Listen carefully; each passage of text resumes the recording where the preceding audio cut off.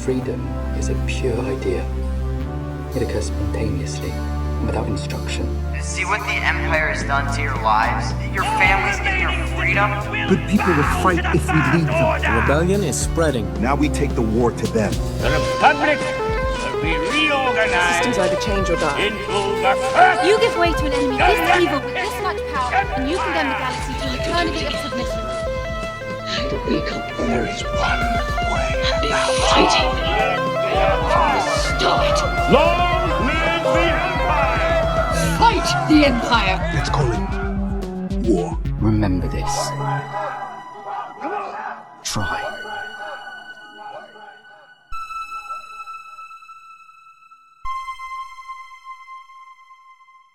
Hey, Sophie. Hi, Eleanor.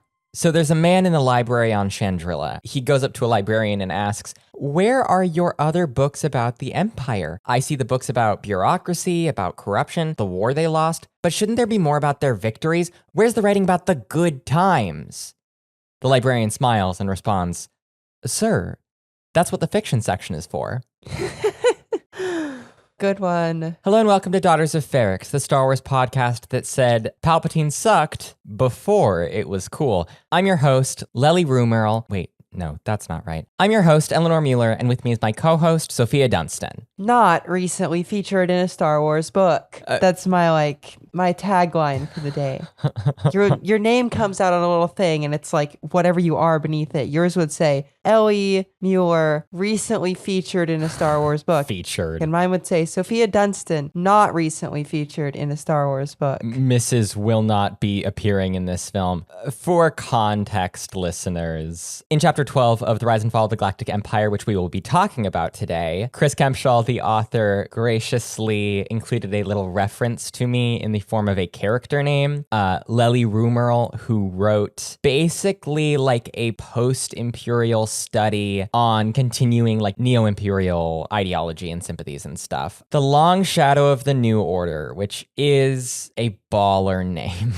Anyway, super, super sweet of Chris. It's a good name. It's not very academic, but it's a good name. Well, Star Wars is just kind of inherently pulpier than the real world, so even the dry stuff has some sauce, you know? Sophie, do you remember that thing you were telling me about right before the show? Yes. Oh. Yeah, okay, I remember. You were telling me that you wanted to thank Loser Lesbian and Apollo the Sun God for supporting us over on Patreon. That's so nice, Sophie. I know. I'm just so considerate, as our Discord members will know. You are both the watershed weatherproofing that keeps this field jacket of a show dry. Deep cut. If you're interested in early access to the show, episode outtakes, the Daughters of Ferrix Discord server, and our July bonus episode where we rank Star Wars by wokeness, check us out at patreon.com/Daughters of Ferrix. Do it, and I can promise you that you will enjoy our wokeness rankings. You might be surprised about what makes it on top. So, before we can talk about this Star Wars book, we have to talk about me. Ellie not living down like the narcissistic host allegations. Sure. Yeah. The podcaster allegations. Yeah. People who are willing to listen to hours and hours of their own voice in editing cannot be trusted. There is a level of self-interest and delusion there that cannot fit into a sociable society. This is true. And everyone has been talking about, how the new regime that's coming in like 6 months or whatever. Sure. Biden too. The new regime is going to throw all the degenerates in camps, and everyone thinks that they mean like the gays or whatever, but what they actually mean is podcasters, and they are correct. Podcasters. We deserve it. The most immoral thing an American president has maybe ever done. So, in July of 2022, my life was kind of weird. I just moved into a shitty apartment near the grayest, busiest road I have ever lived on. This is true. I was eating peanut butter sandwiches for both breakfast and lunch every single day in this kind of desperate, futile attempt to save money. Despite sharing a bed with my then wife, our relationship was almost non-existent. Things were not good for me. I can confirm about the road, by the way, because it has no sidewalks and I had to run across like 8 lanes of traffic to get to our house one time. It was fucking bad. But that period was also one of massive change, right? I was starting to move in my transition from like gender-fucked twink to attempts at femininity. I was finally somewhat out. I was going by a new name and deepening friendships online. I got my hair bleached blonde. And I was engaging with my community on deeper and deeper levels a couple months after attending my first Star Wars celebration. Making real friends through Star Wars, not just feeling like someone enjoying this shit in isolation. And it was about then that I stumbled across the imminent release of the book The History and Politics of Star Wars, Death Stars and Democracy.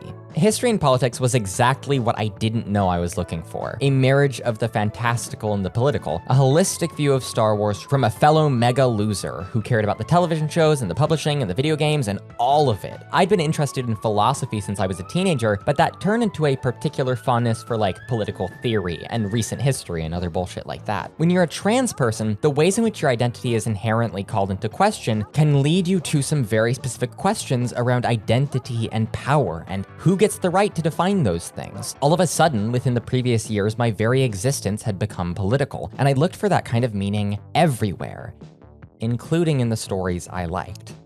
What are the themes of a work? What are the messages and implications inherent in it? Questions of power and the history caused by it are the very water in which media is cursed to swim. So, how does that manifest in Star Wars? I was immediately in love with the idea of the history and politics of Star Wars, so I kept a very close eye on it. It released the following month, I read it and loved it, and I engaged more and more online with its author, Chris Kempshall. I attended online lectures, listened to interviews, touched base with him at Star Wars Celebration the following year. My fondness for history and politics developed right before Andor, and I'd say very much that the confluence of those two things in the same year went a long way towards the inception of this show. It turned out there was a real, proper audience, just like me, who loved the political themes in Star Wars, including in the paratext beyond the films. Parentheses. Losers. Close parentheses. Losers. There's community to be found here. At the end of summer 2023, we put out the first episode of Daughters of Ferrix. Welcome to Daughters of Ferrix, a podcast about... What are we about? You say Star Wars, I say politics. Go. Politics. Hey. Intended to be an overview of the structure and ideology of the Imperial state. That episode has shitty audio, it's awkward and clumsy, we hadn't figured out the vibe or the format, but it did have a bunch of research poured into it. I'd say that only a half or so of the reading and writing I did actually made it on air. I guess that inefficiency is kind of another sign that we didn't really know what we were doing, but I kept running into obstacles. So much of the storytelling around the Empire is just about military capability. There's tons about Navy officers and whatever, but not nearly enough about their economics, their society, about what the people thought. So, as you can imagine, I was very, very, very happy at the announcement that Chris Kempshall, the history and politics guy, would lend his particular historian's pen to an in-universe history book all about the Imperial system. The Rise and Fall of the Galactic Empire.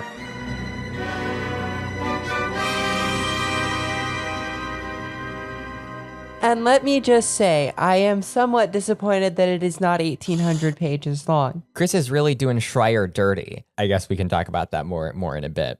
Kempshall is a guy whose writing style I'd describe as precise and efficient. He says exactly what he wants to say and never really waffles about it, which is a huge plus for an educated historian who takes the research process very seriously. And so this book is the real fucking deal. There is a reason why so many of you guys, our listeners, tagged us in book announcement tweets. It's because this book was like made for this show, or maybe we were made for this book. In some ways, this episode feels like a small crowning achievement, a celebration of 1 year of Daughters of Ferrix, 24 episodes, some of them even worth listening to, tens of thousands of listens, and a growing community bolstered by the generosity of like 50 or so patrons. I'm proud of this show. We are lucky that you, listener, are tuning in today to hear us discuss this sick as hell fucking book. Yeah, no, thanks. Really from the heart, Sophie. It was from the heart. No, I mean, we're very privileged to have developed such a folks a people, a group of comrades. Yeah, thanks. It's been a good year. Yeah. Thanks, virgins. We really appreciate it. Excuse me, our audience is extremely rizful. Yeah, all of these Star Wars fans that also like dumbass military history and dumbass political stuff, definitely sex havers. Listen, the difference is that they're gay Star Wars fans. It is a lot of gay Star Wars fans. And if there's one thing you learn about gay community is that gay community forms in desperation, and it is the place where they all fuck each other. God bless the gays. Happy Pride Month. It's July. So, the rise and fall of the Galactic Empire. Research report EXG 107, reporting officer Bowmont Kin. This isn't going to be anything close to a comprehensive look at our thoughts on it. This book is dense. It is full of really excellent writing and points. And because this book only came out a week ago and my physical copy never arrived, we're just going to talk about it. Think of this as a primer. We're going to use this book on and off a lot in the future. It's going to be pretty indispensable whenever we talk about Imperials at all. Which we do a lot, to be clear. So we'll talk now, we'll talk later, and it's all gonna be good shit. Sophie, without going into details, we're gonna get into it. What did you think of this book? Like, how was this close a look at the Galactic Empire? And what was it like to read as someone who is less familiar with like nerd shit? With some of this canon galactic history? This is all kind of new to you. I mean, I think I've been exposed, like, maybe against my will, like Star Wars Flash, just effectively. You've been infected. Yeah, something like that. Previously exposed to a lot of, these things you hear, right? Like, you hear like, oh, Operation Cinder. Here was the Comp Nor. Here was the Gorman Massacre. And you're like, oh, I know all of these things exist. Ellie told me about these 6 months ago. Ellie told me about all these things, but I don't know how they go together. And so it was like very much like a everything falling into place sort of moment of being like, here are all of these different things that I knew about from, watching television and also talking to my lovely co-host. And suddenly, it clicks a little bit more now. Like, I feel like after this, I'm going to be like, I'm still going to be the ignorant host because I do not plan on reading every Star Wars book in existence. Don't bother. It's not worth it. True. Also, I have not even read don't give the listeners the wrong idea. I have a lot of gaps. You're probably closer than like 96, 98% of people. I mean, I'm definitely in the like 1% of people on Earth for having read Star Wars books, and that's just because most people on Earth have not read Star Wars. Sophie, you might also, I think, you would also be in that 1% because you've read like 5. Okay, I meant in like in the sort of subcategory of people who have read Star Wars books. You're in like the top 2 to 5%. Okay, possible. I share community with a lot of people who have definitely read more than me, so it's a toss-up. But anyway, I will be a more informed, less informed host from now on because lots of information going into my brain about things that I already sort of knew happened but didn't have the details of. Yeah, have we broken the format of this show by like training you in Star Wars? Now that you know things, you're no longer guy who doesn't know things. That's true. That could be a problem. I don't want the listeners to stop listening because I know more stuff about Star Wars. Sophie, just forget it all. Forget it all. Done. As you know, the ghost of podcasting possesses me. Yes, and leaves you at the end of every recording. I'm sure that you're going to forget who Bowmont Kin even is at the end of this episode. Who? Exactly. So yeah, this book is written in universe, written by a guy called Bowmont Kin. This is the dude played by Dominic Monaghan in episode 9, Rise of Skywalker. Dark science, cloning, secrets only the Sith knew. Which is neat and felt weird when they announced it. I was like, okay, cool. I know that guy's an academic, but why him? And the reason why him is that this is very much Bowmont Kin's book. When we talked to him on the show, Chris said that the most important part of the book is Bowmont Kin. There's a reason why it had to be him. And, we said earlier on, historians make arguments. Bowmont Kin is making an argument. He has things that he wants to tell people. Bowmont Kin's argument is not subtle. He says in no uncertain terms at the introduction and conclusion to this book, Empire bad. Empire bad. The Empire did not die with Palpatine the first time. It would be foolish to expect it to be definitively gone after Exegol. This shit is bigger than Sheev. It's not just the Dictator. It's the ideology. It's the system. I have a quote for this. Yeah. Palpatine was not the totality of the Empire, nor did he administer it on a day-to-day basis. Yeah, I mean, they fucking survived. I don't know. It came back. It wasn't exactly the same, but it was close to fucking enough. White armored stormtroopers, fascists in the streets. They got more women now, but come on. Yeah, they went woke, and that's why they went broke. That's why the First Order lasted so much shorter than the Empire. Yeah, sure. This is a book that is written post-neo-imperialism, about neo-imperialism. Bowmont Kin calls himself and others fools for their complacency, for assuming that they won at Endor and Jakku. It's kind of, I don't know, for me at least, deeply moving in that way. The end of the book is essentially Kin pleading for a better world, a world where people continue to reject fascism like they did when suddenly it was Palpatine again. Because that's kind of the thing that did it, going, oh wait, shit, it's just that thing again. That guy's back. Oh man, I don't want to deal with him. Yeah, like there's this kind of, I don't know. Sophie, do you want to talk about Palpatine in this book for a moment? Palpy.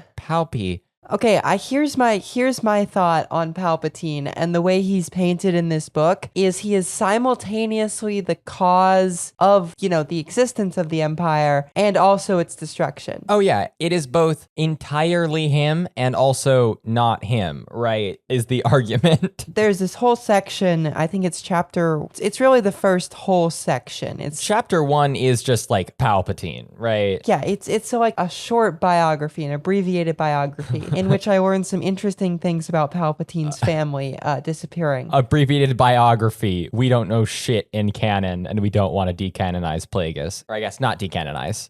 Y'all know what I mean. He, so very obviously is like a very exceptional political figure, but also then sort of retreats once the Empire is a thing into obscurity to do Sith shit, and then only emerges to meddle enough to destroy the Empire. Basically. He backs off as soon as he doesn't have to do stuff anymore, as soon as he can get people really working for him, because Palpatine doesn't want to rule. We know this. We've been going on about this for a year. This has been our whole thing. This is the title of our first episode, isn't it? Like, Palpatine's bad at his job or something? Palpatine's bad at his job. There were multiple times in this book where my interpretations of stuff that is kind of said in the text, but not necessarily, like stuff in story material, stuff that's implied, stuff that's kind of obvious, but people never really. A lot of my personal, I think this thing about the Empire, Chris just drilled down on some shit. And it was so vindicating. It was like, oh my God, I fucking did some of this right. But yeah, Palpatine in this book, kind of crucially, it does not matter that he is an evil Sith wizard. This is correct. This is the correct reading of Palpatine as a political figure. Why does it matter that he's a Sith? It doesn't, except for the fact that he has some specific ideological leanings, etc., etc. Well, and the fact that he's trying to do, evil magic. Dark science. Right, but evil magic as a means to an end. The entire point of the Empire is to enable him to do evil magic. Is to enable him to live forever. Cloning. Because secrets only the Sith knew. The way Kin puts it, Palpatine being a Sith is not a character trait. Palpatine's character traits are that he's arrogant, that he's petty, he's weirdly sensitive, all of this shit. He sees himself as inherently supreme, as deserving of the right to rule. And we could be like, well, yeah, this goes in line with Sith ideology, but why become a Sith? Because he's a dick. And that's really important to understanding the Empire and to understanding Palpatine. In this book, a really good angle is taken where Bowmont Kin is like, we know things about Emperor Palpatine. He acts in certain ways. He tells us who he is, and he tells us that he's a dick. The character of Emperor Palpatine is such that he is a jerk. And through that framing, we can understand the rest of the Empire, because it is a totalitarian regime built for a massive asshole to be a massive asshole. devil. Palpatine doesn't want to rule. He wants to live forever and be a god. And that's stupid because it doesn't work, because you can't live forever and you can't be a god. In this way, Palpatine, despite having evil magic, is no fucking different from every other fascist dictator who sees themselves as personally supreme and wants everything, damn the consequences. Everything is for them. Everything is deserved by them. Isn't that so much more of a cogent reading of Palpatine than he's the devil? Yes, I mean, he is the devil, but like... He is the devil. He is the devil, absolutely. But it's more relevant to view him as sort of, I hesitate to say run-of-the-mill, but run-of-the-mill kind of like... Run-of-the-mill. He's a dime a dozen self-important scumbag. He is a dime a dozen. He's Mussolini, he's Hitler, he's Franco, I guess. Maybe more like Franco, because he has a weird religion. Star Wars fans want so badly to cast Palpatine, even when they're talking about the regime shit, they want to cast Palpatine as this larger-than-life figure. And it's like, no, Palpatine is just a guy. He's kind of powerful, but also kind of an idiot. Sometimes he's smart, but he doesn't want to be smart. He wants to be petty. He wants to be a dick. Like, he can function as a politician, but he chooses not to. He wants everyone to like him as well. He wants everyone to like him. He wants people to think that he's pretty. This is like the most interesting part of this book to me, actually. Well, not the most interesting, but one of the most interesting. It's kind of emphasis on just like how much Palpatine always wants everyone to be like, oh, Sheev, you're so great. You're like the coolest guy who ever was a guy. Thank you for being the Emperor. Oh my gosh. The difficulty is that both because the Empire is Sheev's little pet fucking project, and also way bigger than him because Imperial ideology doesn't come out of nowhere, we both have to keep Palpatine in mind and also leave him behind. Palpatine is to the Empire as Hitler is to Nazism, right? Like, he's very important for its creation and the reasons it's failed the first time, but it also is something that is sort of beyond him and builds on pre-existing things that were there before X person was there to rile them up. It feels almost tacky to compare Palpatine to Hitler. No, but they're the same guy. But a lot of people don't get Hitler because Hitler was just a little weasel. He was a freak. He was an incel. He was pathetic.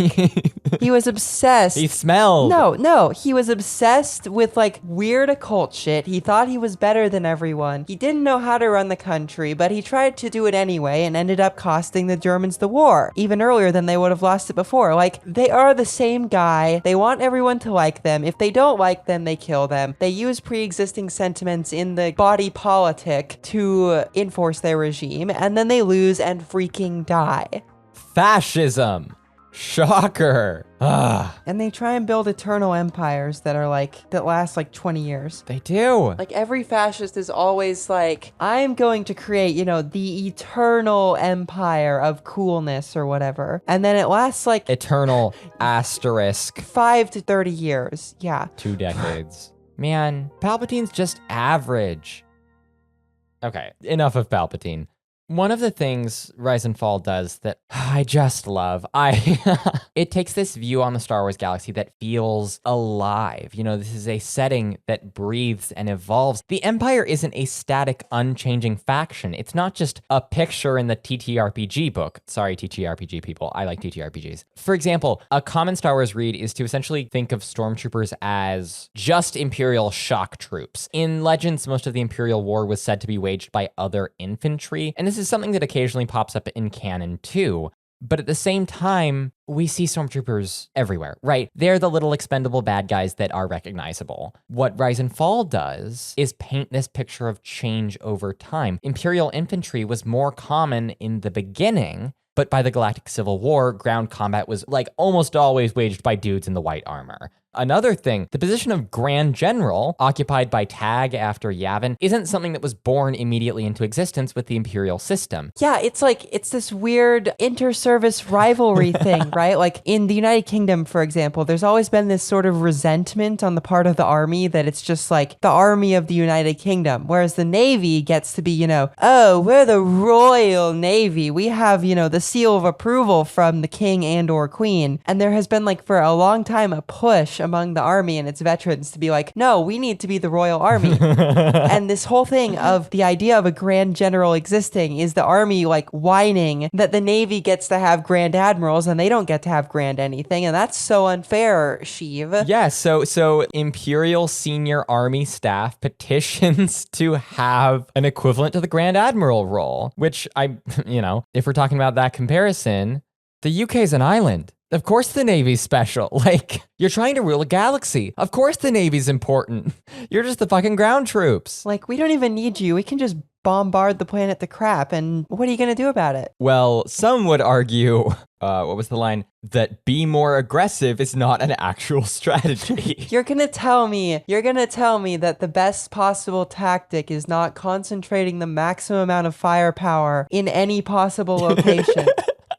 Cough, cough. At all times, regardless. Early 20th century battleship doctrine, cough, cough. So a good chunk of this book is kind of overview of the early empire, kind of broader things. A look at their society, a look at their economy. A look at the Senate. A look at the Senate. But kind of half of it is also semi-chronological. So it tells some of the story of the Galactic Civil War. It replays certain tactical decisions made in the Battle of Yavin and Battle of Scarif, Hoth and Endor and all this shit. What's the other one? Makota from the Star Wars comic 2015. Anyway, not important. But a lot of the actual tactical analysis is not original to this book per se. So let me give you some context. In 2021, DK put out a book called Skywalker, A Family at War. I've talked about it on this podcast before. It's really solid. It is a biography of the Skywalker family, Shmi to Rey, by Kristen Baver. It is kind of written from an in-universe perspective, but it doesn't have an in-universe author or that kind of context. Rise and Fall is much more personal than Skywalker is. Rise and Fall is like Bowmont Kin talking to you. Skywalker is much more removed. Yeah, and he likes to tell you about his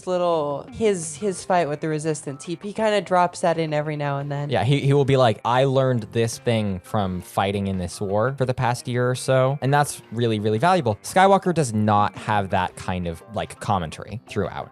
But it's a really good book. It takes this wide view of Star Wars and kind of just collects a lot of little storytelling and mashes it all together. The book is especially good for some of the between episode 4 and episode 5 stuff, some of the between episode 2 and episode 3 stuff. It really makes Anakin's story and Luke's story feel really complete. We don't have as much story for the sequel era stuff. And so in my opinion, that part of the book is the most lacking. Whoops, what can you do? But this book is really good. And as Chris talked about in our episode where we talked to him, Rise and Fall wouldn't exist without Skywalker Family at War. Skywalker: A Family at War served as kind of a precedent to this book. It proved that in-universe text that takes itself seriously is viable.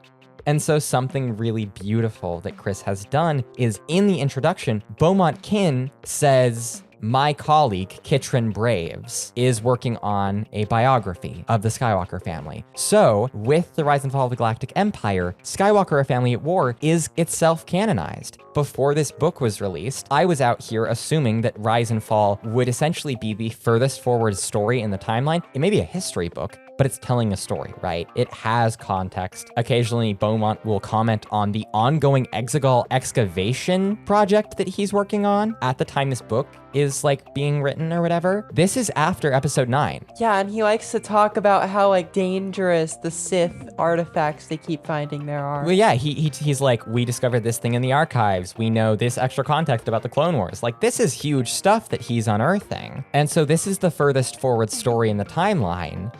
But because Skywalker: A Family at War, when this book was published in universe, is still in progress, technically Skywalker is the furthest forward, which is interesting. Now, Skywalker has even less of a narrative to it. It feels less like it's in context, but there is that element to it where it's just kind of tricky. So Chris has done this really sweet thing, made Skywalker a family at war kind of even more important, and been very smart about what he covers and what he doesn't. He won't get into like Darth Vader's baggage because he's like, other people who know more are writing about this or have written about this. Refer to that work. And this is work that you can actually refer to. Another thing that Chris does, and I haven't seen anyone else talking about this, is he does essentially the same thing for another Star Wars reference book. In the introduction, he says, "A number of my colleagues, including some of the most illustrious figures in the field of galactic conflict studies, appear to be collaborating on a new overarching work of military history that aims to explore the series of wars that have been waged across the galaxy under the direction of Palpatine. I wish them good luck in their endeavor." This is a specific reference to another 2021 book, Battles That Changed the Galaxy, which is a book that Chris helped write. He worked on that book. Now, Battles That Changed the Galaxy also does not have a canon author, but what it does is lay a lot of the groundwork for the tactical analysis present in this book. So he can be like, I'm going to touch on this specific thing and how it affects the wider Imperial context, but I don't have to get into details about this because my colleagues are already going to release this thing. Rise and Fall is not the furthest forward story. Either Skywalker, A Family at War, or Battles That Changed the Galaxy would be, even though they're just reference books. Because if it's in universe, which, you know, Battles is kind of fudgy, it doesn't fit as cleanly into that in-universe niche as Skywalker or Rise and Fall. But these texts are in universe and they are telling a certain narrative about the past. This book is built on top of other in-universe work, which is crazy. Like, what the hell? Maybe a sign that we've written too much about Star Wars now. No, I think we did it. I think this is what Star Wars reference materials have been heading toward for a long time. Building on top of one another in explicit ways is actually taking this stuff seriously in a way that it should have been doing for like at least a decade. Chris has fucking done it. Fucking hell, man. Anyway, there are ideas about the Galactic Civil War that kind of originate with Battles That Changed the Galaxy. There's something that I've seen people comment on about Bowmont Kin's framing of the Battle of Hoth, which is essentially depicting it as an Imperial loss. Now, this is new to a lot of people, but it is actually not new to Star Wars. I don't know if it originated with it, but this is the framing that Battles That Changed the Galaxy takes. That the Battle of Hoth was bungled on the Imperial side, they lost a lot of resources. And then Vader's crazy Sith stuff sort of compounded the losses of that. Our ships have sighted the Millennium Falcon Lord, but it has entered an asteroid field and we cannot risk... Asteroids do not concern me, Admiral. I want that ship, not excuses. Yes, Lord. Well, yeah, like Vader's singular focus on Luke Skywalker. They did a really shitty job at the battle. A bunch of rebels got away. Like, I know that Hoth wasn't good for the rebellion, and the rebellion is, like, understandably struggling to recover after it, but the leadership got away. The good guys got away. Of fucking course it's a loss. It's a really good tack to take on this. So that is from Battles. I don't know, it feels right to me.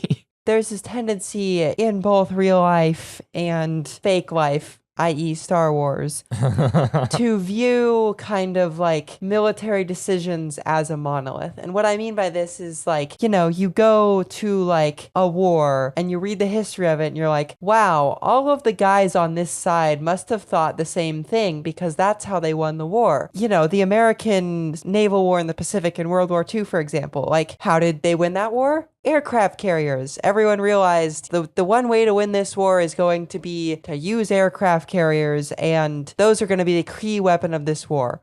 Wrong. Half of the people in both the Japanese and American navies thought, you know, oh, these aircraft carriers, they're just a fluke. You know, all they're going to do is support the battleships. They were wrong, but there was still a significant faction of people in those kind of military organizations that thought that. And this dynamic kind of between what I think Bowmont Kin / Chris likes to call the firepower party, was it? The firepower lobby. Who are like, the way we're gonna win the war against the rebels and the way we're gonna keep the population down is by just having like as many guns available as possible. And we're just as many guns, the biggest guns. Americans. And we're just gonna batter them into freaking submission. And then, kind of the other side, who is, I guess, portrayed sort of in the book as being mostly Thrawn and his kind of lackeys, who are like, actually, maybe we should have a flexible response pattern and we should use our advantages and we should have interdictor cruisers to keep the rebels engaged so that we can press our firepower advantage instead of them just running the hell off every time. And I thought that was very interesting. And even more interesting, the thing that shows that Chris kind of has like an understanding of how these things go is the differing interpretations of battles, like what battles should teach us. Because the sinking of the Repulse and Prince of Wales is a great example of this. So the Repulse and the Prince of Wales were two British battleships. One was a battle cruiser and one was I think a heavy cruiser. Don't quote me on that. But they're kind of like both very modern battleships, basically, right? Like designed to slug it out with heavy guns, but also very modern, very good anti-aircraft, sort of the peak of the art of building a battleship at the time. And the British send them into the Indian Ocean and the Pacific Ocean thinking they're going to reinforce Singapore and they're going to reinforce Hong Kong and they're going to reinforce the British fleet in the Pacific. And they don't send them with any support vessels, which at the time you're like, there's no real threat to these things. This is not a crazy thing to do. And later you're like, oh, this is insane. But at the time it's like, oh, whatever. It's a battleship. It can take care of itself. And then it gets sunk by aircraft. This battle sort of definitively proves that the battleship era is over, but up to this point in the war, right, you have all of these battleship guys, all of these guys who are basically the firepower camp thinking, well, this is an extenuating circumstance, right? Because when the British fleet sends these crappy old bombers and disables half of the Italian fleet at Taranto, everyone's like, well, they were at port, they couldn't maneuver, they couldn't use their anti-aircraft guns, they weren't ready. And it just keeps happening over and over again. The same thing happens in the book. The Battle of Scarif, when the two Star Destroyers that are there, I can't remember their names. Do you remember, Ellie? Oh, Perseverance and Intimidator, I think. But there's two Star Destroyers there, which should sort of, in theory, be more than enough to take on the Rebel fleet that jumps into the system. But they kind of get their butt kicked because this guy uses a Hammerhead cruiser to slice one in half with the other one. But there's this whole conversation in the Imperial Navy after this of being like, well, the reason that they didn't win wasn't because there's anything wrong with our firepower obsession. It was because they didn't use it aggressively enough. It wasn't a real test of the firepower doctrine because he was just an incompetent commander, when in reality he was an incompetent commander, but the doctrine was also flawed. True firepower has not been attempted. True firepower has not been attempted. True battleship has not been attempted. And I think that that's just great job on Chris's part there of portraying that, and also shows that he is knowledgeable about the kind of real world antecedents of this sort of thing. Bowmont Kin also really likes the interdictor cruiser. Bowmont Kin is right, though. Bowmont Kin is right, because, the rebel strategy is always, don't fight a battle on anyone else's terms, get the fuck out of there instead of going for the win. And Bowmont Kin is you could have just... Right, and this is how they stay alive, and this is how they stay alive and don't lose the entire time. They're like, we're gonna get in, we're gonna blow some stuff up, then we're gonna get the hell out. And, I get why that would trip up the Imperials, but we have big ship that prevents you from going into hyperspace. Which would be sort of, oh, we countered your strategy. It's very easy for us to win this war now because then we can use this firepower we're so obsessed with to blow the hell out of you. Blow the hell out of you. Additionally, you're very right to say that the way a military operates is not a monolith. Right, something that to my understanding Battles That Changed the Galaxy doesn't do is talk about the ultimate consequence of Hoth not as military loss, but as this sheer hit to Imperial morale. The Empire didn't go to war after Yavin or Scarif. They were essentially waging war on the people of the galaxy for 2 decades. This is fully Umberto Eco stuff. This is the cult of action for action's sake. This is a state of constant threat and siege. But a military isn't just a machine. It's composed of soldiers. It's got techs. It's got officers. And those guys can't keep that shit up forever. And the Empire lost so many guys at Yavin. For basically no good reason at Yavin and at Hoth. I mean, Hoth was, as you said, kind of a stunning blow to the rebellion, but it was by no means crippling. No. And it was the first time, it was the second time in 3 years, and both still weren't enough. Vader and Ozzel totally fuck it up. I mean, in the same way that Tarkin screwed up the Death Star, because there was no scenario in which the Death Star should have been able to be taken down by that many, by what was it, like 35 fighters? I don't actually remember, but that sounds close. That's just sheer incompetence. And the morale blow of that sort of thing, of having, you know, sort of unveiled this super duper weapon that's going to change the whole course of the war and, you know, sort of ensure eternal Imperial dominance, and then to just lose it by basically sheer incompetence of being like, oh, we don't need to send out more than like, you know, 3 fighters. We're just gonna blast at it with turbo lasers and it'll be fine. It's just insane. They don't scramble more ties. They don't send any support ships whatsoever. This is the freaking Death Star is the sinking of the Prince of Wales, because they're just like, oh, we can just send it out there and it'll be fine. No, take a destroyer with you, for God's sake. So all of this comes together to not just mean that the Empire loses, but to mean that the people who are the Empire feel like shit. The narrative emerging within some sections of the military pointed to the fact that every time the Empire had a chance of winning the war, their enemy escaped. And with every Imperial victory that did not bring the conclusion of the war despite their own forces sustaining heavy losses, Imperial morale eroded away. Right, and there's, it's in chapter 20, this section where Bowmont Kin / Chris discusses kind of this dust-up in the, like, officer's mess, basically, of the Executor. That's Darth Vader's Super Star Destroyer, basically. Yeah, you're talking about the argument before Endor? The argument before Endor. Yeah, I don't know if that's original to this book, because it sure does feel like it. The officers are demoralized by this because this keeps happening. They are, you know, these guys are professionals, right? Like, they know strategy, they know tactics, they're trying their darndest to beat the rebels, and it feels like every time that they, you know, through hard work with their junior officers and all their soldiers and all their ships have been working for months to pull together this great trap to finally, like, you know, actually beat the rebel fleet. Every time this happens, the Emperor or Darth Vader or whoever jumps in and is like, hey, we're gonna do something else, and ruins it, right? Like, the whole Hoth thing was the reason that was so demoralizing and frustrating to the Imperial Officer Corps, is because instead of chasing after the rebel ships that did get away and blowing them up, Darth Vader forces them to go after Luke Skywalker and the Millennium Falcon, and then loses 2 Star Destroyers in an asteroid field for no tactical gain. And there's this line, which I'm searching for because I don't have it highlighted, which was very stupid of me. One officer is quoted as shouting, "Can we just once, for Criff's sake, win the war?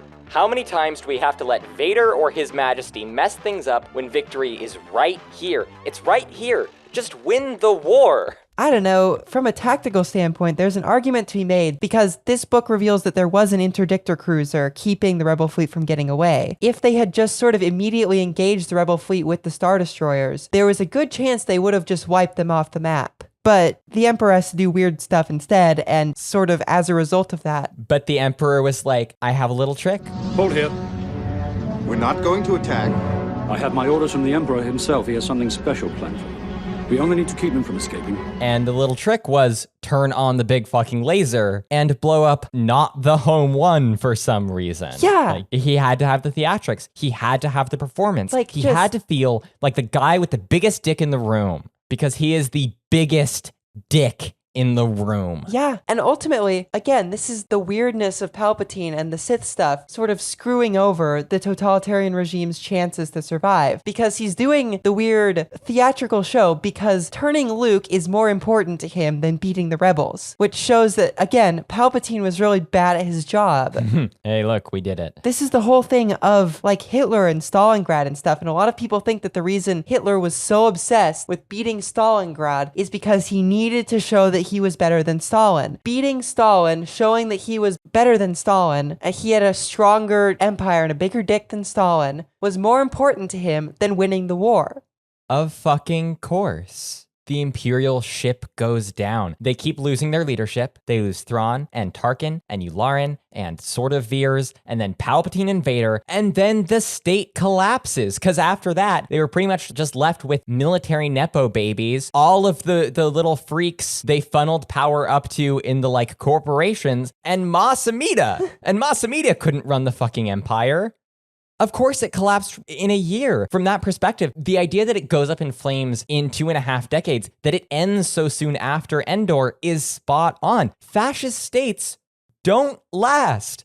Because when you're running a nation, might is not all that matters. The Empire wasn't built with long-term sustainability in mind. It was built to keep Palpatine happy. And Palpatine's a maniac. Fascism is a loser ideology. And you can't be shocked when you have all of the best and brightest of the Imperial fleet gathered together to try and beat the rebels, and then you don't let them beat the rebels, and they get beat instead, and then suddenly there's no one left to lead the Empire. And even the best and brightest of the Empire aren't the ones always running the ship, because the Empire's so fucking corrupt. Because Piet is in charge of the fleet instead of someone smarter than him.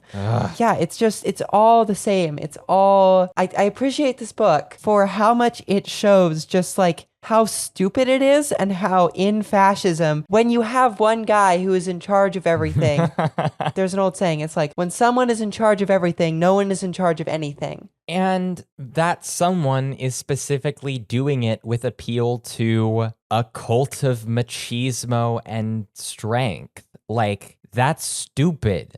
That's dumb. Yeah, especially when it's Palpatine, who is like a weirdo incel.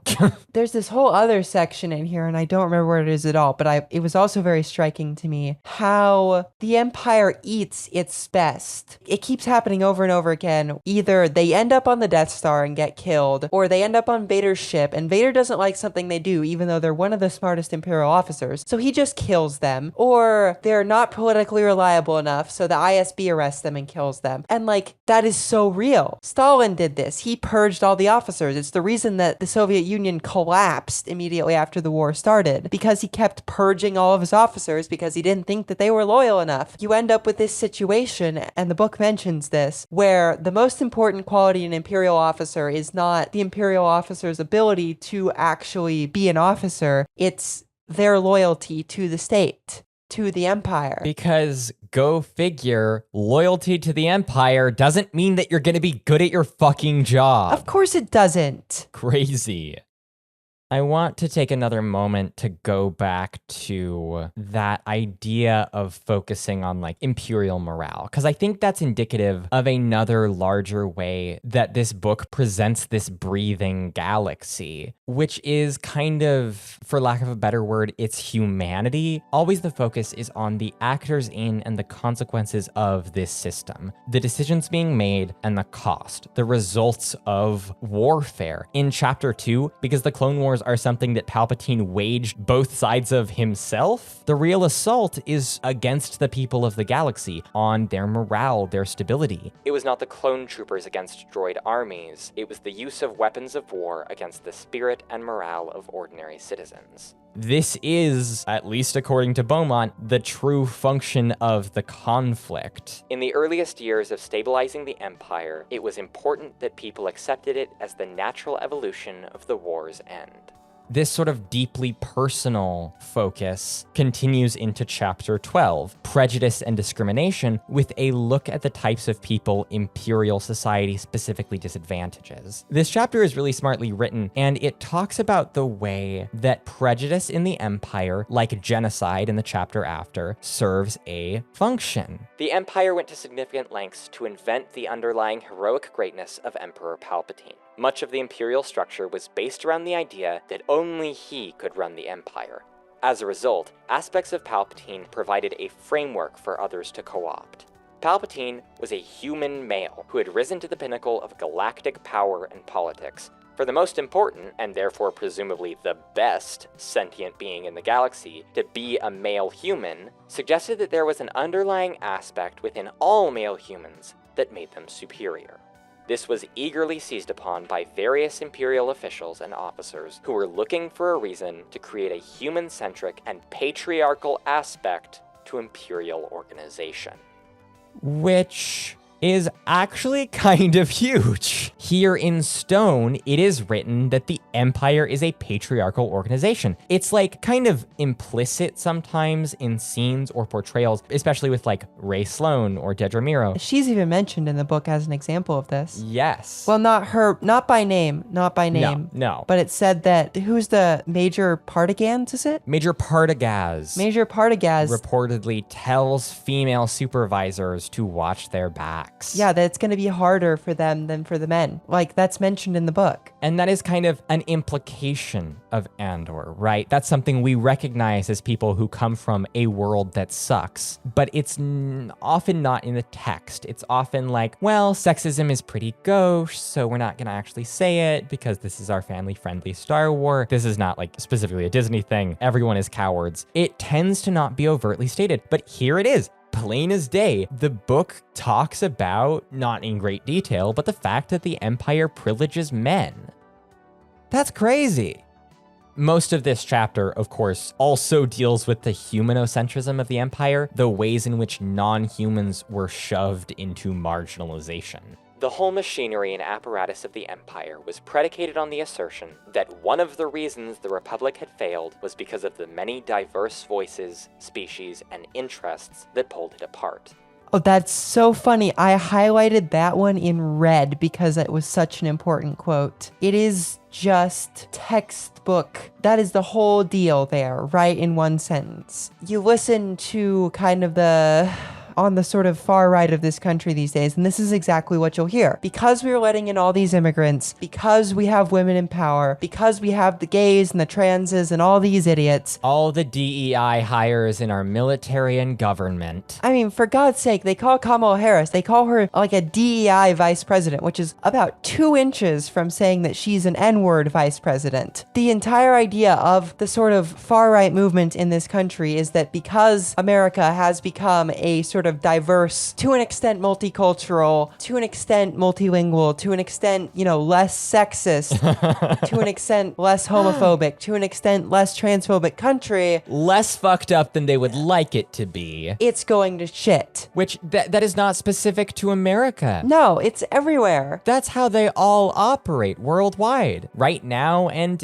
in perpetuity. The far right that's winning all these elections in Europe, because we have these immigrants who are coming in and, making our country more diverse, that's the reason everything's going to shit. Blame everything on it. And Nazis did this too.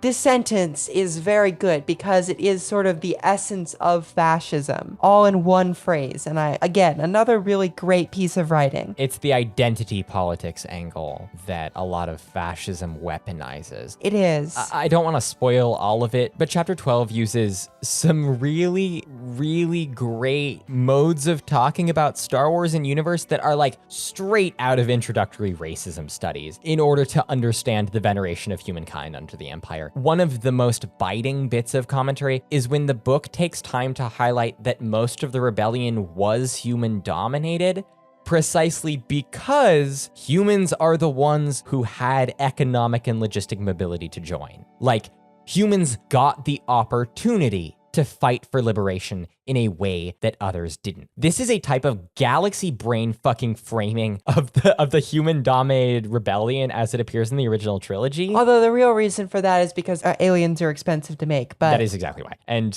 especially in like A New Hope, it's like, how much are we gonna empathize with aliens?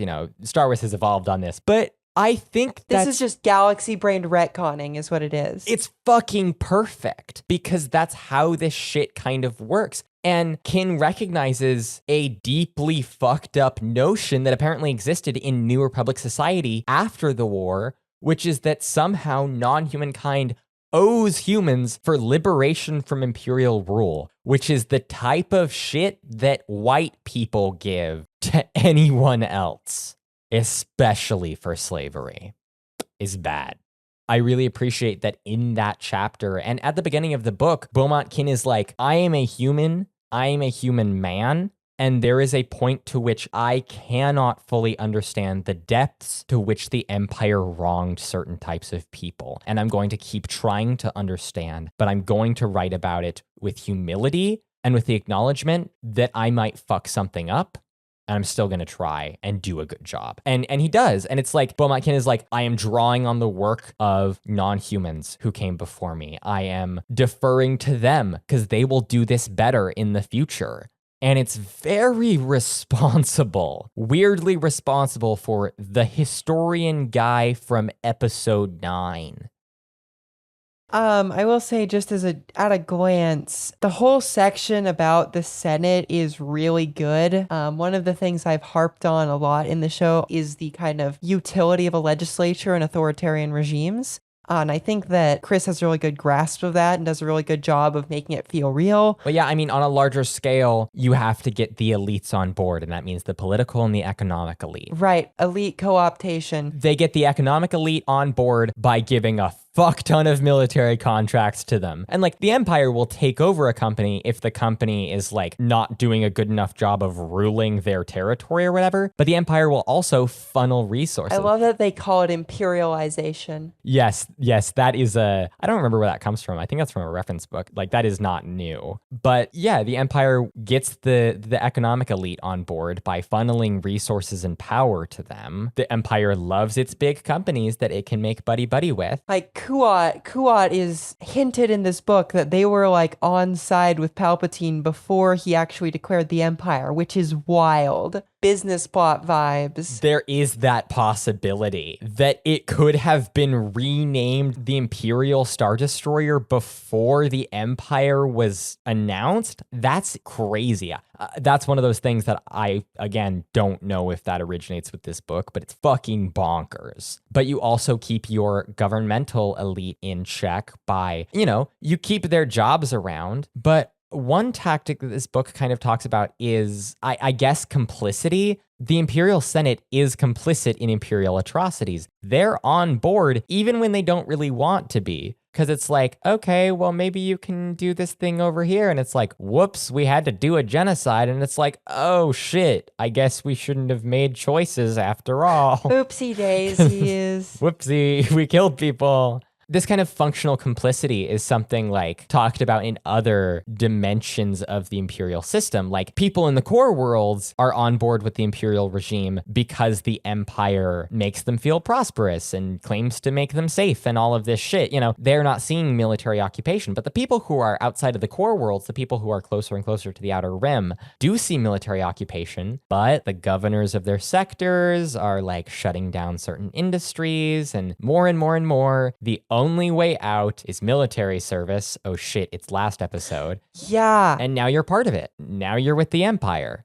I kind of wish I had read this book before we did last episode, because I would have had more fodder for like talking about the military being the way out of rural life or whatever. I wish we'd read this book for the other 23 episodes. Like, it doesn't change everything, but it kind of does at the same time. It gives it some weight. It gives it some texture. Like so many things Chris says are things that I kind of knew but didn't fully understand. And that's the benefit of analytical work like this, right? Analysis doesn't always say everything you haven't heard before. It just says it. Synthesizes it.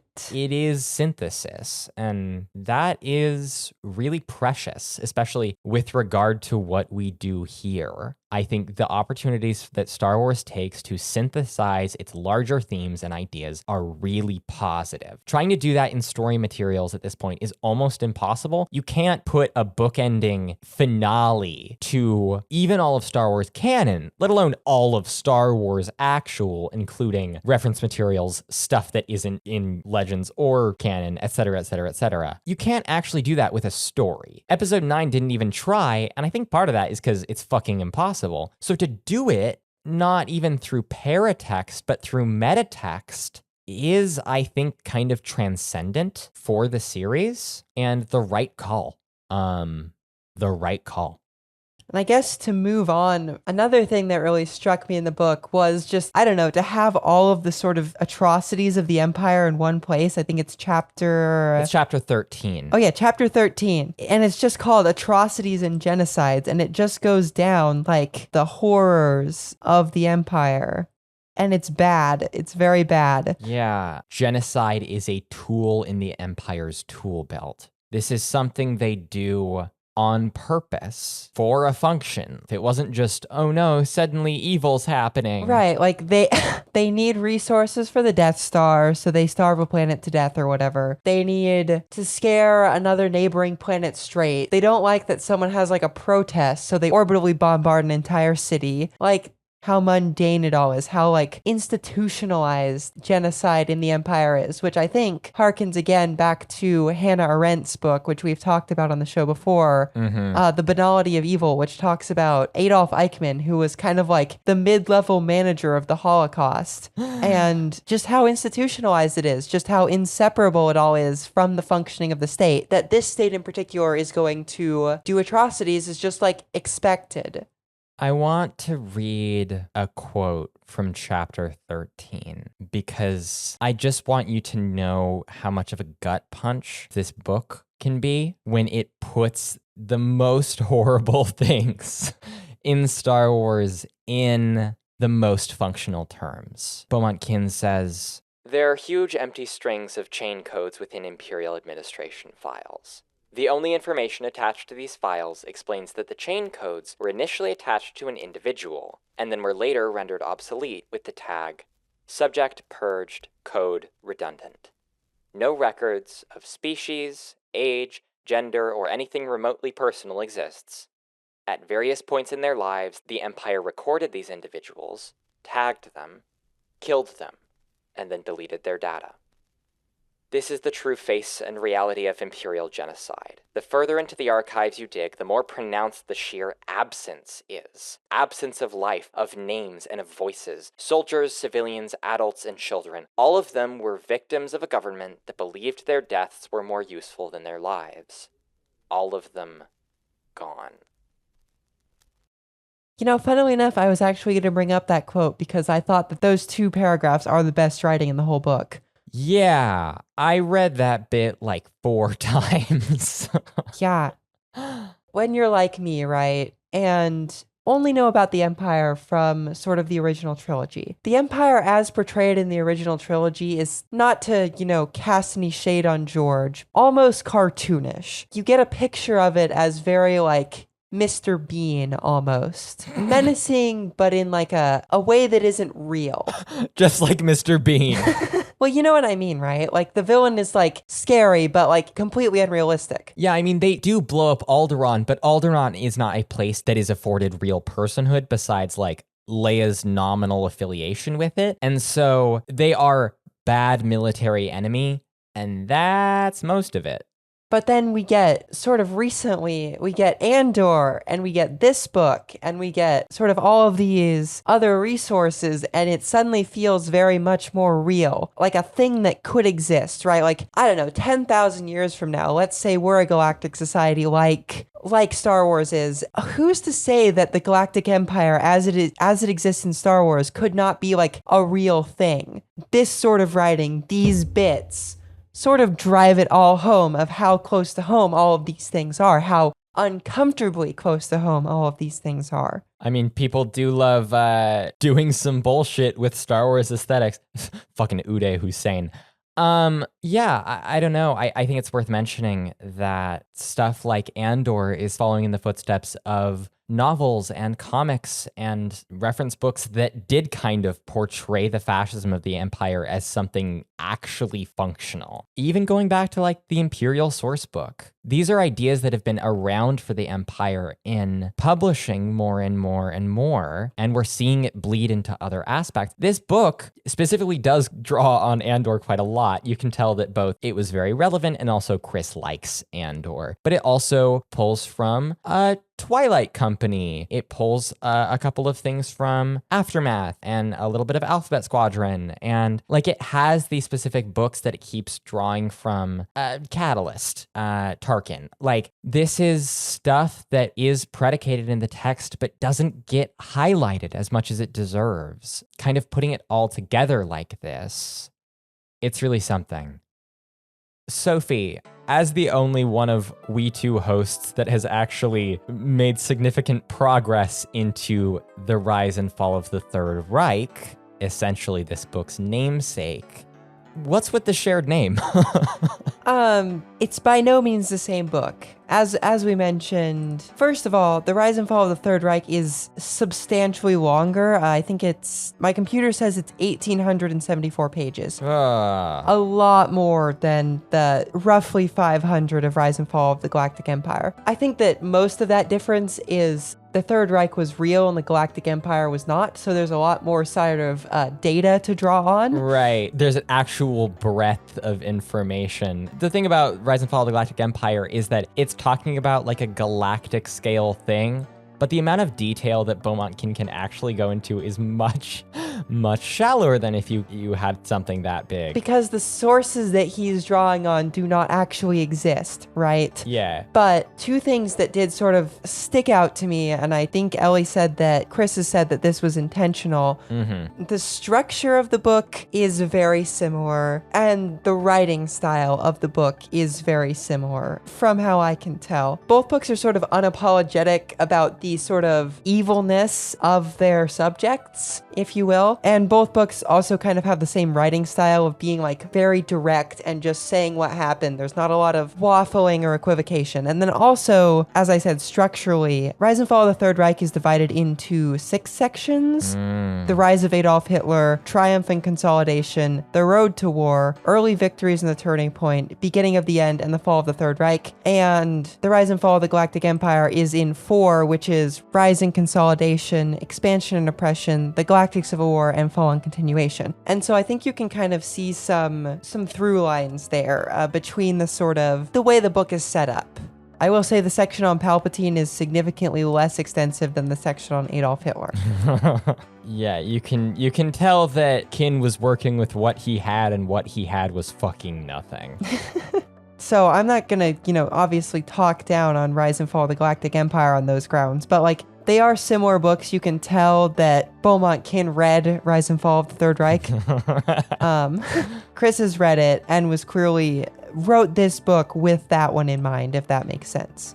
Yeah, but that's all I really had. I did think, again, that section on the Senate is really good, and so is chapter 24, which is on chapter 23 and 24, really, which is kind of like a little summary of kind of New Republic politics and why the New Republic was so unequipped for its confrontation with the First Order. But yeah, just an excellent book. Excellent job by Chris, or Bowmont Kin, I guess. I honestly can't think of anything I was like, oh, that's weird. I was very impressed the whole way through. So just really a hats off moment to Chris for this one. I want to sort of wind down with an excerpt from Chapter 5, Imperial Society. When the Galactic Civil War came, it split families in half. There were those who gravitated to the Rebel Alliance because they could not tolerate the injustices of the Empire and the way it casually and callously took the lives of its own citizens and opponents. But there were also those who stayed behind, those who enjoyed the Imperial way of life. You didn't have to put on stormtrooper armor or a military uniform to play a part in the Empire's war effort. I can only wonder at how many children or grandchildren were discouraged from asking their elders about what they did in the Galactic Civil War because the truthful answer would outline how they'd stayed at home, consented, and collaborated. I can certainly recall older members of my own family who would, in quiet and unguarded moments, reflect after the war on how much better, easier, or simpler things had been before. I ignored them when younger. But now, as I've become a historian, I often wonder when exactly these simpler times were under the Empire. How were they better? Simpler for who? My great-grandmother was a woman named Hermina Müller, born in 1909. In the mid-20s, she immigrated from Stuttgart in Germany. She settled in Zurich, Switzerland, a couple hundred kilometers from the border, and in 1930, she married the man that my dad calls Großpapi. When war broke out, people in Switzerland felt the looming threat of a potential German invasion. The government and companies did what they did, but the normal citizens were just like most people now, largely apolitical, poor, and just trying to get by. But not everyone. Some were complacent. Some collaborated. I'm not descended from Nazis. My grandfather, for his part, apparently hated Hitler, but his mother, Hermina, did leave behind some of her family when she moved. I know her parents stayed in Germany. So it's basically a guarantee that some of Hermina's cousins aided in the German war effort. If the story I've heard is right, she had cousins in the SS. Stuttgart, the town she moved from, was a major German city and had a huge Nazi presence. Car companies there specifically benefited from forced labor in concentration camps. I may have been raised in America, but it's hard not to feel like I'm connected to that history. The context in which history is written is just as relevant to it as the past events it attempts to transcribe. This is something that we've learned from Chris. This is something that I have personally learned from Chris, and I think about it a lot. And that's very true for Bowmont Kin. Bowmont Kin is writing about the atrocities that he's seen as a result of not realizing that this shit fucking lasts, that fascism is insidious, nationalism and authoritarian sentiment doesn't begin and end with Sheev. But the fact of the matter is, Bowmont Kin didn't write this book in 35 ABY. Chris Kempshall wrote it in 2023. As a man who is obviously worried about creeping authoritarianism in governmental systems worldwide, who is worried about complacency and authoritarian sentiment in the rest of us, Kempshall knows he has privilege. He's a white dude. He can't fully speak on the harm done by states to women or non-white people. But he can try. He can take into account the ways in which his people make things fucking hard for others. Chris says in the acknowledgments at the end of the book that there were times that he forgot he was writing about stuff that didn't exist. Gotta be real, reading the book, there are times you forget that you're reading about fake space empire. There's this, he uses it several times, I don't remember where, but it's something about boiling frogs in a pot of water and how the Empire sort of slowly ratchets up the tension. Yeah, so in chapter 5, this is actually kind of silly. Bowmont Kin talks about a comp norm model for furthering Imperial life into galactic society, right? Making it more and more Empire shit. And it says that it's based on a test performed on Clatuinian patty frogs, where you raise the temperature, etc., etc. Fun fact about that frog thing, that doesn't actually work IRL. So in Star Wars, that works better than in the real world. But yeah, that analogy is literal in the text.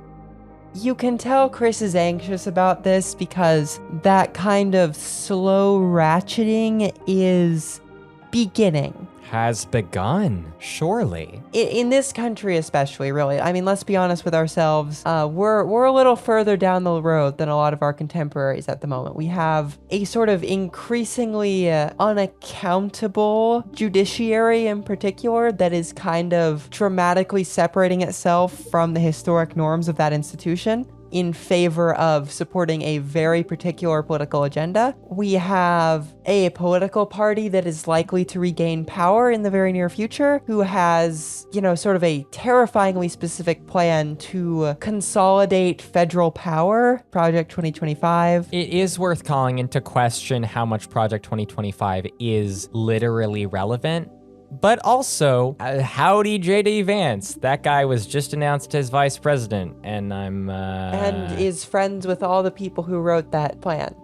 Yeah, they got a young Groiper, and I'm back to being more worried than I was. I was worried anyway, but... And as goes the United States, so goes the West. I mean, to be completely honest with you. So goes worldwide. It's not just the West. No, I mean, to be honest with you, the extent to which worldwide has functioning, sort of democracy in the first place at the moment is questionable, largely thanks to our own efforts. Good job, American intelligence community. USA.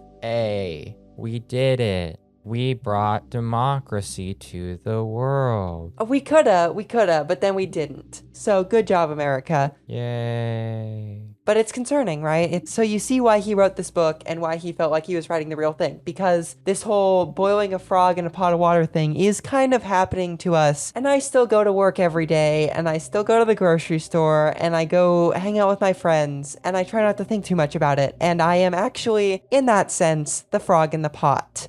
Well, and like, we're trans people, but we're also white.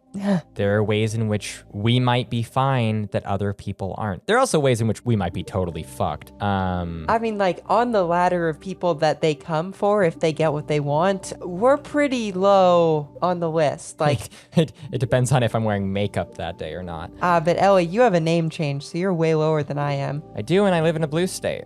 I had the resources to move. Because you think that Tina is going to be able to protect you? No, I'm also scared of everyone in Oregon. Let's be very clear about that. People are so racist in Portland. And also you have like the eastern half of the state, which is like hell. A Fascismville, USA, and it's... I love Oregon so much.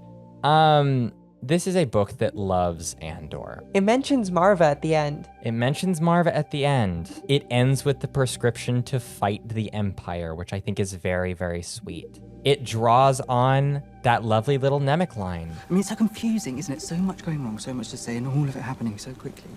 The pace of repression outstrips our ability to understand it, and that is the real trick of the Imperial thought machine. It's easier to hide behind 40 atrocities than a single incident. The ways in which things are actually going to get bad, or at least are probably going to get bad, are most likely not literally whomever becoming a Palpatine-esque dictator. It's not going to be that.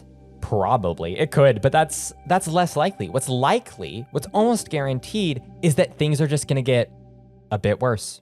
And a bit worse. And the standard is going to be a bit worse. And I think back to a decade ago and the stuff that I was alarmed by and it's stuff that I'm so used to now. But one morning you wake up and you find that you're in the sort of state that you were scared of 40 years ago. Maybe it's just normalcy bias at work. But in January of 2021, when I was told some people stormed the Capitol, you know what my response was? Of course they did. I'm not proud of this. That's how I responded. And granted, I tend to laugh at terrible things happening because I don't know how to process them. But like, I wasn't surprised. I feel like I'm never surprised. I guess ultimately, we are lucky to get qualified people with good politics working on Star Wars. Even if it's just reference materials. It's just Star Wars, but it's never just Star Wars, because Star Wars isn't just about Star Wars, for better or for worse. That's deeply silly, but so is caring about things, so is enjoying media. This is not a book that is about the Galactic Empire. This is a book that is about fascist systems, that is about authoritarian rule, that is about the types of fucking sentiment that makes life hell for the people who already have it the worst, and not necessarily for you or I. I'm just saying they should let me write a book about Star Wars naval things. Yeah, you know, let Sophie do one of these. They won't. Let Chris do another one of these. DK hopefully is seeing this book succeed. So yeah, hell, they should let Amy Rickow do something. She'd be really good at that. Oh, and the footnotes. The footnotes, God. They're fun. They're so fun. Just the presence of footnotes in this book is just kind of delightful. I'm so glad they're on page in the physical version. Wish I had that, rip. There's sort of an in-universe archival reference system. There are a couple of things that are kind of jokes in the footnotes. There are references to specific texts and works. Most of those are actually in the body, like in the actual prose. That's what the long shot of the New Order is. But it makes this book feel deeply considered in how it fits into this actual galactic setting. What I will say is a thing I kept wanting was out of universe footnotes too, where I would read something and I'd be like, is that from Leia, Princess of Alderaan? And I would click the footnote and then it would be like, Rebel Archives, section this, file this. And I'd be like, oh, right, this is in universe. This is not going to tell me. I do know that Marv from Numidian Prime is working on his like continuity breakdown, which he has described as essentially making the in-universe footnotes out of universe. So if that's out by the time this episode goes out, I'm going to include that in the sources. It probably won't be. It sounds like Marv is working super fucking hard on it, but definitely check that out if that sounds up your alley. There is a ton of Star Wars storytelling that has gone into this book. It may mention Ferrix a disproportionate amount of times, but it also mentions a shit ton of other stuff. And that's a huge positive for this book. It really shows. There is original storytelling in this book. There is stuff that is invented for Rise and Fall, but there is way more stuff that is just drawn from established texts. And I actually think that's a really positive thing. You don't have to do everything from the ground up, especially in Star Wars. Lots of Star Wars doesn't do things from the ground up. I've already thanked Chris one-on-one for his work on this book, but I'm really glad that our podcast gets to exist at the same time as a release like this, because we're fucking perfect for this. We're eating good. We are eating good. Thanks for reading it, Sophie. This is the first time you've read a Star Wars reference book when you weren't literally a child. You all should, I don't know, read a book for God's sake. Yeah. Stop listening to podcasts. Read a book. It's better for your brain. Really consider, this episode of the show is not sponsored by anyone. I was sent a review copy of this book by DK, but it actually hasn't come yet. So I bought the book and have a review copy. And listen, I'm really glad to have that copy. I'm looking forward to having it. We were not paid to be this positive. I just like Chris's work. And hey, he put me in the book. Listen, I'm biased, but I don't have to be biased. This is a really good book. Other people are saying it's good. Sorry for fawning over a fucking Star Wars book for an hour. But I think it was fawning over a Star Wars book and also talking about how interesting some of the implications of that book are. Productive fawning. Sophie, do you want to read some emails? Let's read some emails. Where can people email us? daughtersferrix@gmail.com. Our first email is from Liam. Hello, Daughters of Ferrix. How are you? I am well. I enjoyed your most recent episode about Arthurian overtures presented in the High Republic and their parallels in 20th century American politics. However, I wanted to recommend a place to put stickers. Have you considered using the front and back pages of your RPG books? My Edge of the Empire, Age of Rebellion, and Force and Destiny books have a lot of Star Wars stickers on their front and back pages, and I think it is a good place for them. Hoping you find a good place to put your stickers, Liam. This is smart as hell. I don't have RPG books. Yeah, Sophie doesn't play RPGs. I will admit that I don't have a lot of Star Wars stickers. I tend to have a much broader range of stickers than that. But I don't know, I have a bunch of Avatar stickers that I haven't done anything with, and I should put them on the inside of the Avatar Legends RPG book, you know? That's a great idea. Thanks, Liam. That's a great email. Good email. Helpful suggestion. Our next email is from Daniel. Hello, daughters. Hope you're having a wonderful day. Just finished listening to the new episode on rural identity in Star Wars, and I must say, Sophia, you are amazing. Your social and political analysis and text were brilliant. I'll take the Hey, look, flattery will get you everywhere with me, so... Made me think a lot about the history of Brazil, and compare it and contrast it with the US, and how current political movements and divides are occurring here, and how they could be forming in a similar way, and how the influence of American propaganda exported to Brazil that felling of Americana and nostalgia for the rural, hardworking, small town/suburbia, something we've never had. Brazil always were a latifundium country. We never had land reform like the Homestead Act in the US. So in the rural areas, the land concentration is huge here. But the small producers and family producers still feel like they belong in the same class as the giant rural producers that hold political power, have great government subsidies, and an absurd amount of land. Most of the small producers even fight against land reform and against groups that advocate for it, calling them terrorists and communists. Anyway, just wanted to thank the great episode. Had a bunch more thoughts on it, like the most recent influence of The Lord of the Rings with Dave Filoni, how Rebels is in a way the Scouring of the Shire, and the fight to preserve bucolic/rural life. But Ellie covered it because she's amazing.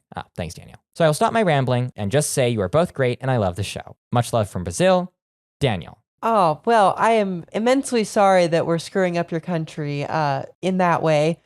We've done plenty of screwing up other people's countries on purpose, and doing it by accident is not ideal. But that is interesting. You know, I've taken a few courses on Latin American politics, so I don't think I'm entirely ignorant, but it is always sort of informational, interesting, if you will, to see how across the American continents, the more things change, the more they are kind of the same. Just sort of that revolutionary post-colonial legacy country does sort of lend itself to a similar political situation in some ways, I guess. So yeah, thank you for your email. Our next email is from Dan, Star Wars Centralized. Hi, Dan. Dan says, Bright Suns, Daughters of Ferrix. Been loving all the recent episodes of the pod. Seriously, the most interesting Star Wars podcast out there. But there's a topic I've been fascinated by and have wanted to bring to you for months now that actually connected to your ruralism episode in a specific way. Star Wars is a generally progressive series ideologically. It's inherently anti-fascist, but I've noticed that there are a lot of surface-level ways of looking at the saga that very much appeal to those who hold conservative values. Again, generally surface level, but things like Luke carrying the torch for his religion in a world that doesn't believe, government and elite corruption, and fighting big government, Lamau, seem to appeal to conservatives quite a bit as reads of Star Wars, let alone the pop culture Americana mythological nature of the saga they hold on to as well. It struck me that maybe this attraction to Star Wars from people with right-leaning views may just be the result of Star Wars having that ruralist American nature at its core. It's inherently anti-elite, but sometimes in a more vacuous way, so whoever any group sees as the elite, they can project onto the story. This is really interesting to me, because I'd say it's generally the more conservative people I've met over the course of my life that actually like Star Wars, especially the EU. Would love to hear your thoughts on this. Thanks for all the delightful episodes of late. The production value on the Ruralism episode was spectacular. And Sophie, I'm glad to have found another Rise of Skywalker enjoyer. There truly are more of us. May the Force be with you both. Dan, Star Wars Centralized.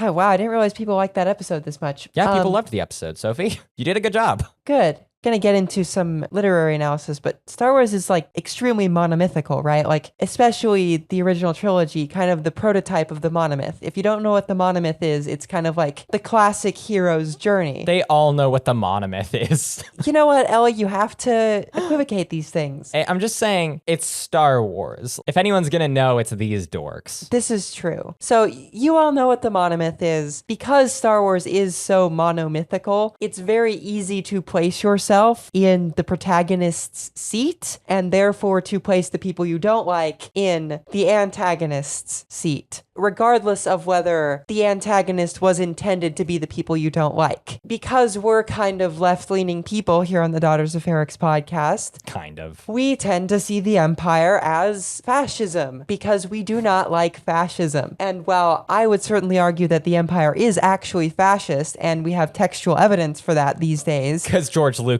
was what George Lucas was, I think it's sort of equally easy and in some senses equally valid to view the Empire as other things. I know that in the 1970s and 1980s, when Star Wars came out, there was a certain tendency to be like, oh, the Empire is the Soviet Union. And the Empire is kind of also the Soviet Union. So that's like a valid path to take. And yes, I guess if you are like my dad or whatever, you like it because it's virtuous farmers or whatever fighting big government and woke. So because it's the monomyth, it's easy to read yourself into it. Yeah, I think that's how stories do be operating, for better and for worse. And like, I don't know, conservatism is a story. All of politics is a story, but a lot of conservative politics rely on like casting ourselves as the good guy. And that's kind of the end of it, right? Sophie, you are correct. As usual. Okay. Since I have the infallible and correct political ideology of Juche?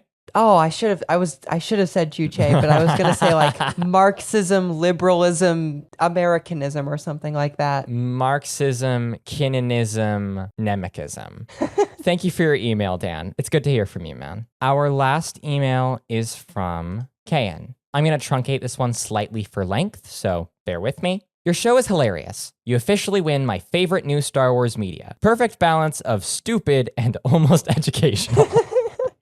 See, they get it. They get it. I have a listener question I've wondered for a while that Star Wars Explained never answered when I asked. In retrospect, I think it's because it's much more a Daughters of Ferrix question. Where does the Jedi Order get finances from? They don't seem to charge for services. They don't do other work like monks who make wine, or like Buddhist temples and yoga classes or meditation retreats, as far as I recall. Do they take donations like religious tithes? Do they have fundraisers? Or are they financially supported by the Republic? I mean, Starlight Beacon has to have been a joint venture financially with the Republic, right? That puts the Jedi-Republic relationship into a different context. Separation of sort of church and state and all. As a part-time librarian living paycheck to paycheck, I must know how these Jedi live their lives. I've learned, anytime people aren't getting paid for their work, ask more questions. I must know their economic model. Thank you.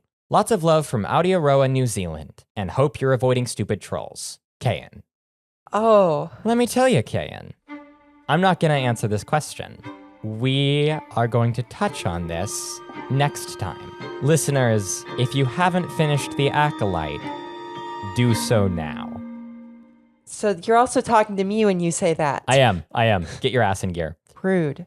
If you have any questions, suggestions, or corrections, you can send them to our show email, daughtersferrix@gmail.com. If you'd like to listen to new episodes as they release every other Wednesday, you can find us on most places you can listen to podcasts. You can find sources for this episode on our website, daughtersofferrix.com, and follow us on Twitter, Instagram, and TikTok at FerrixPod, FerrixPod. Thank you to our comrades, Joel Miranda and Emrys Nereus, for making this episode possible. If you want to support the show, visit patreon.com/daughtersofferrix. I have been Eleanor Mueller. You can find me at The Letter Bomber on most platforms. Sophie, what about you? You can find me many places. You can find me at @theredline_pod, where we talk about trains, at Episcopiled, where we talk about religion, and you can find me at Sophia and SLC, where I mostly talk about like the pigeon on my balcony or whatever. This episode was written and edited by me, Eleanor Mueller, and co-written by Sophia Dunstan. Our podcast art is by Jill Mueller. Our intro and outro music was arranged by me, with themes by Nicholas Bertel and John Williams. Thanks for listening. Fascism is a loser ideology. Don't do it. Don't do it. Not even once. It's very dumb. You won't enjoy being under it even if you think you will. It doesn't work. It's not functional. It doesn't make a functional system. Like, I know it's not moral, but it doesn't work. Which is almost more important.